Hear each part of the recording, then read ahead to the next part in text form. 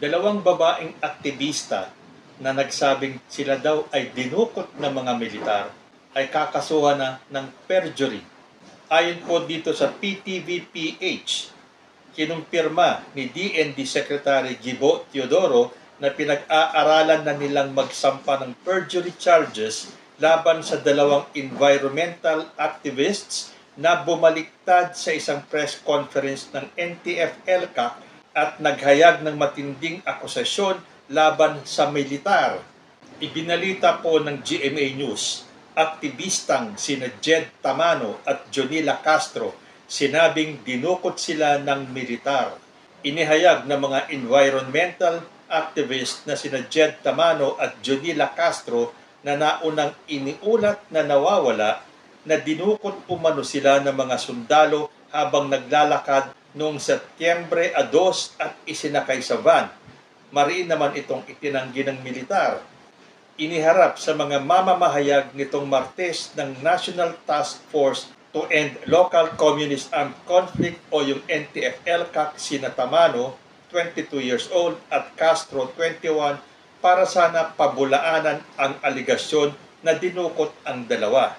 So sila nga po ay inihayag sa press para pabulaanan yung aligasyon. Pero nang tanungin sina Tamano at Castro kung totoo o hindi na dinukot sila at kusa silang sumuko sa mga otoridad, tugon ni Castro, ang tanong na dinukot ba kami o kusa kami nag-surrender, ang totoo po ay dinukot kami ng mga militar sakay ng van.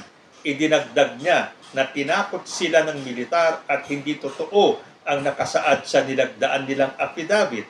Napilitan din kami na sumurrender dahil pinagbantaan ang buhay namin. Yun po ang totoo.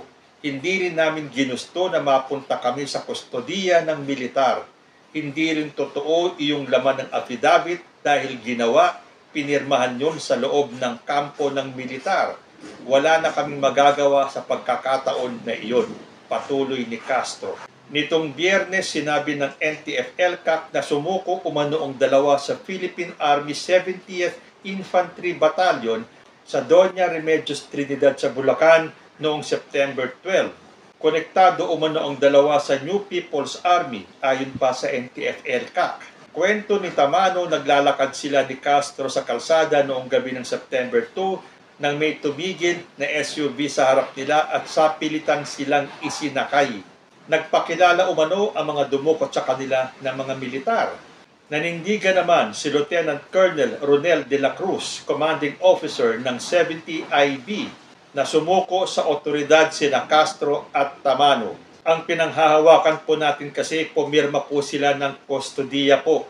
Pumirma po sila ng papel. Iginiit naman ng grupong Environmental Defenders Congress ang immediate and unconditional release ni Tamano at Castro matapos na isiwalat ng dalawa ang ginawang pagdukot sa kanila ng militar.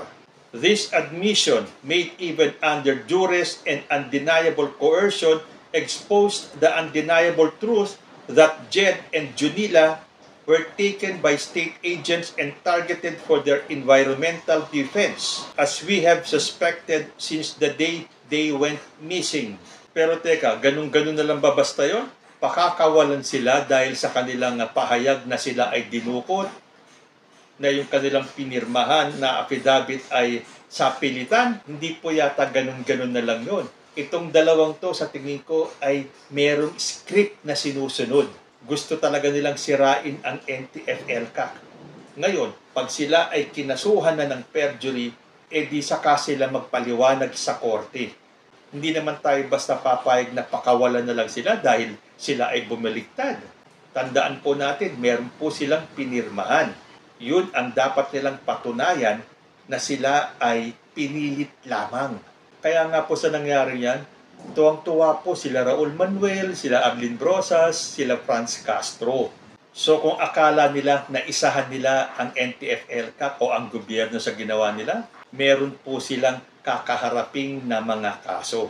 So kung akala nila ganun na lang kadali ang gumawa ng drama, yan po ay kailangan nilang panindigan. Alam naman po natin itong mga makakaliwang ito. Sanay po yung mga yan sa pagsisinungaling. Kaya nga kahit sa mga magulang nila, iniiwanan nila ang mga magulang nila. Pinagsisinungalingan nila ang kanilang mga magulang para sila ay makasapi sa mga kaliwang grupo. Panoorin nga po natin itong video na to at tayo na ang humusga kung nagsasabi ng totoo tong dalawang aktivistang ito.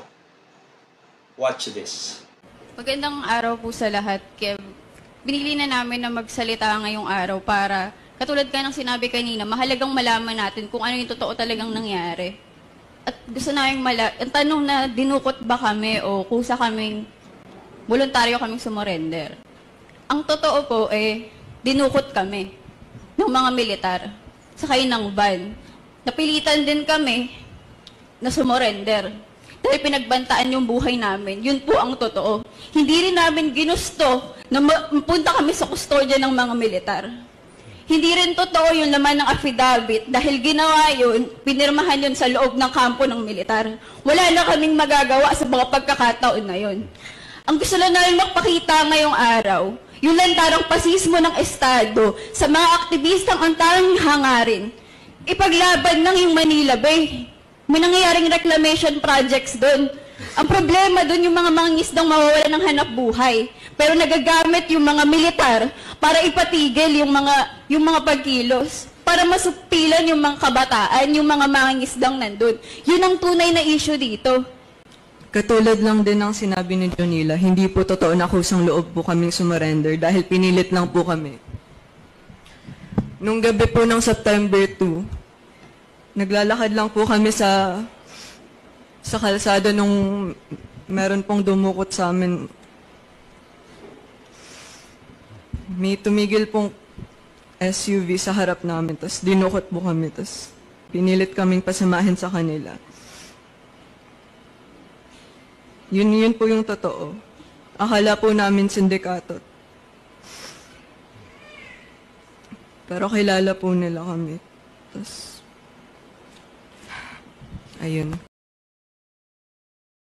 Pero pumunta na po kami dun sa Maston na may kapitador sa halimang para po magpatulong naman. Patulong sa sumurrender. Ano yung may plan na kayo talaga na mag-surrender? Dagdag pa rin kasi nabalitaan namin na wala na kami trabaho ng RXP sa lugar. Yun lang yung ginawa sa kanila or coercion para mapuwersa sila ng pumirma sa affidavit. At ngayon, na matapang nilang isiniwalat ang nangyari sa kanila, Mr. Speaker, sila pa ang sasampahan ng perjury. Ano po ang komento doon ng ating sponsor? Mr. Speaker, there are witnesses who were there during the signing of said affidavit, not only of voluntary surrender as well as the signing of said affidavit. The PAO lawyers were there.